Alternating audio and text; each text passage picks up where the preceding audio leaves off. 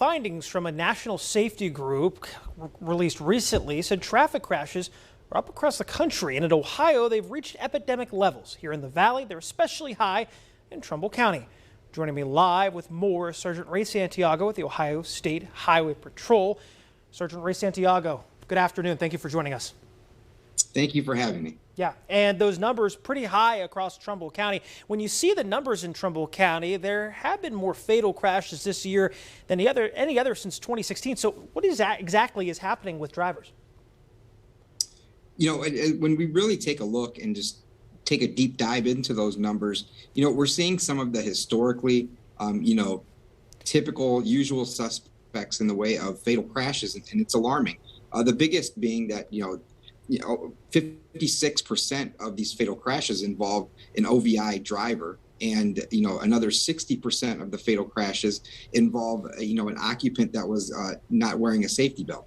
So those seem to be the two biggest problems when we're looking at our fatal crashes, and both are just very avoidable circumstances. Yeah, what are some of the kind of the highest either crash rates for intersections or different roads that you're seeing across the county? When we look at overall crashes, the main routes that we're seeing crashes on are US 422, State Route 46, State Route 5. Those are where we're seeing the large majority of the crashes overall. And then, when we look at the fatal crashes, those are just scattered throughout the county. And, that it's alarming when you start to look at data and, you're looking at specific areas or contributing circumstances, and the fatal crashes are just kind of sporadic and all over the place. So that's when we really need to start, really digging in, reminding folks of some, safe driving behaviors, and, really trying to put resources in place to address the issues that are causing the crashes. Yeah, I was going to say, I mean, what are some of the ways that we can alleviate these problems? Is just education, reminding people kind of over and over, one of the top ways there?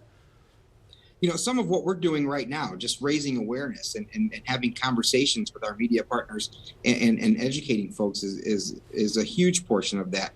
We don't always want to, take an enforcement action, but I'd rather, write a ticket or make an arrest for OVI than having to, wake up a family to let them know that, a loved one isn't coming home because of a, contributing circumstance that was completely avoidable. So, just in having these conversations and reminding folks that, they can make better decisions and, plan some of their trips ahead. If they know what they're going out, they're going to partake, arrange for that sober driver.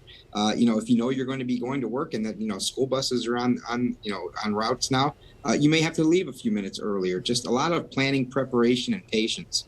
Right. Some great advice there from Sergeant Ray Santiago. Holidays are coming up, so thank you so much for all that great advice and that insight from across Trumbull County. As always, great talking with you here on 21 News Midday. Thank you. I appreciate the time.